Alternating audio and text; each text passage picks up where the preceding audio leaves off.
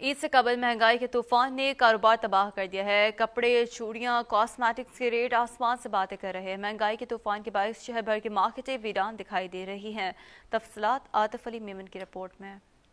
ईद में कुछ ही रोज बाकी है। बढ़ती हुई महंगाई ने तमाम कारोबार तबाह करके रख दिए हैं। शहर भर के कारोबारी मराकज वीरान नजर आ रहे हैं। ईद के मौके पर मार्केटों में जो रौनक नजर आती थी, लेकिन अब कपड़े, शूज और कॉस्मेटिक समेत दीगर दुकानों में दुकानदार हाथ पे हाथ धरे बैठे हैं। उनका कहना है कि अशिया महंगी होने के बायस ग्राहक कहीं नजर नहीं आ रहे। महंगाई ने बिल्कुल आम आदमी की कमर तोड़ दी है।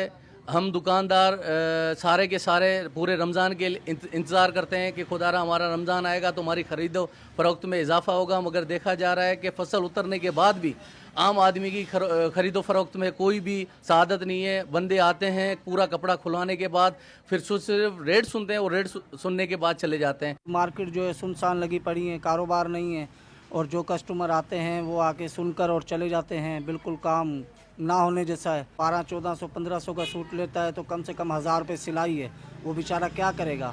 कमर तोड़ महंगाई ने ईद की रवायती रौनकें छीन ली है। कारोबार खत्म हो चुके हैं, जिससे मुल्क की मईशत तबाही के दाने पर खड़ी है। कैमरामैन मेराज अली के साथ आतिफ अली मेमन, नुमाइंदा अब तक न्यूज़, शाहपुर चाकर।